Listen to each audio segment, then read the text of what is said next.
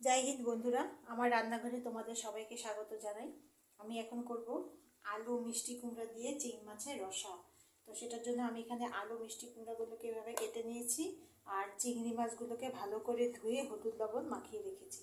একদম মাথা সহ চিংড়ি মাছের বাকল এরকমভাবে খুলেছি আমি, পুরো সম্পূর্ণ মাছটা আছে এখানে। আর তার সঙ্গে থাকবে এখানে রসুন আর পেঁয়াজ বেটেছি, আদা নেই, রসুন আর পেঁয়াজ বাটা আছে এখানে। এটা আছে হলুদ আর লঙ্কার গুঁড়া, তার সঙ্গে থাকবে তেল আর লবণ। তো কড়াই বসিয়ে দিয়েছি, কড়াই গরম হয়ে গেছে। তা আমি এখানে তেলটা, মাছ ভাজা করব তার আগে তেলটা আমি দিয়ে দেব। তেল আমার অলরেডি গরম হয়ে গেছে, মাছগুলোকে আমি ছেড়ে দেবো।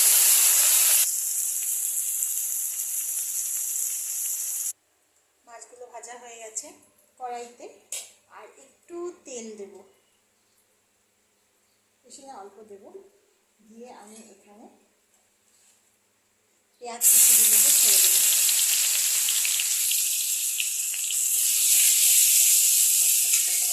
বেশিক্ষণ নাড়াবো না, জাস্ট একটু নাড়িয়ে আলু মিষ্টি কুমড়াগুলোকে ছেড়ে দেবো।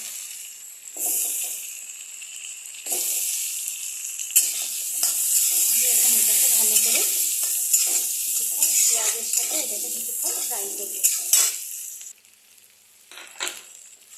এটা হয়ে গেছে আমার, হালকা করে তেলের সাথে ভালো করে, পেঁয়াজের সাথে ভালো করে মিশিয়ে নিয়েছি আলু আর মিষ্টি কুমড়াকে।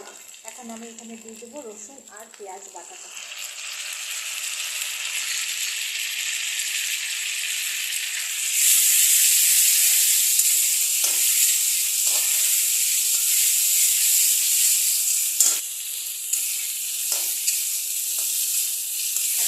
পেঁয়াজ আর রসুনের সাথে আলু মিষ্টি কুমড়াটাকে ভালো করে মেশাতে হবে। এটা আমার হয়ে গেছে মোটামুটি। এখন আমি এখানে দিয়ে দেবো হলুদের গুঁড়া আর লঙ্কার গুঁড়া, দিয়ে আবার ভালো করে একটু নাড়বো।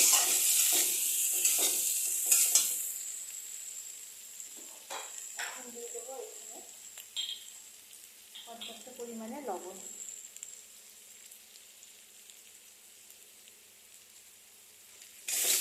দিয়ে এটার সঙ্গে এখন এই সব কিছুকে এখন 2 থেকে 3 মিনিট ভালো করে এইভাবে কষাতে হবে। এটা আবার ভালো করে কষানো হয়ে গেছে, একদম পুরো মিশিয়ে দিয়েছি মশলাটাকে। আর মশলাটা আলু মিষ্টি কুমড়ার সাথে যাতে তেল ছাড়ছে, মশলার সাথে তেল ছাড়ছে। তো এখন আমি এখানে অল্প অল্প করে জল দিয়ে এটা মিশাবো। আঁচটাকে পুরো মিডিয়াম করে দেবো, মিডিয়াম থেকে একটু বেশি করে দেবো।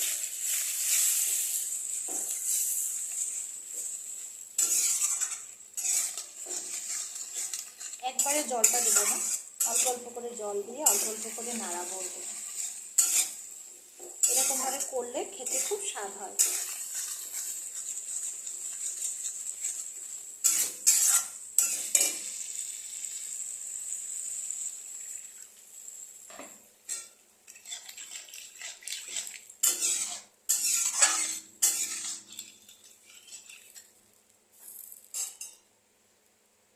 আমি এখন এখানে পর্যাপ্ত পরিমাণে জলটা দিয়ে দেবো।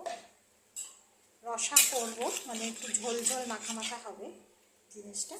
এখন আঁচটাকে কমে এটাকে ঢাকা দিয়ে 5 থেকে 7 মিনিট এটা হতে দেবো।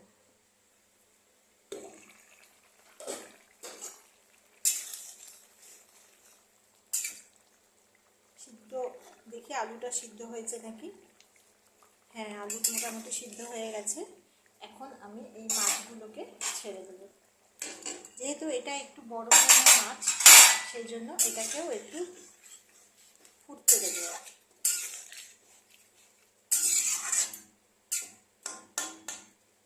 দিয়ে এখন একটু জল দিয়ে দেবো, একটু জল দিয়ে এটাকে ফুটতে দেবো। 5 মিনিট মতো এটা ফুটবে। উপর দিয়ে 4টা মতো কাঁচা লঙ্কা দিয়ে দেব। আঁচটাকে মিডিয়াম করে আবার ঢাকা দিয়ে 5 মিনিট হতে দেব। মাঝে একটু উপর দিয়ে অল্প পরিমাণ মিষ্টি দিয়ে দেব। আমার এটা হয়ে গেছে, জলটাও একদম মোটামুটি শুকিয়ে গেছে, একটা রসা তৈরি হয়েছে, দেখতেই পাচ্ছ একটা রসার মতো তৈরি হয়েছে। তো চিংড়ি মাছগুলো হয়ে গেছে, তো আমার এটা কমপ্লিট। তা আমার এই রেসিপিটা যদি তোমাদের ভালো লেগে থাকে তাহলে লাইক, শেয়ার আর সাবস্ক্রাইব করে দিও, পাশে থেকো, কমেন্টে জানাবে কেমন লাগলো। সবাই তোমরা খুব ভালো থেকো। আজকের জন্য টাটা।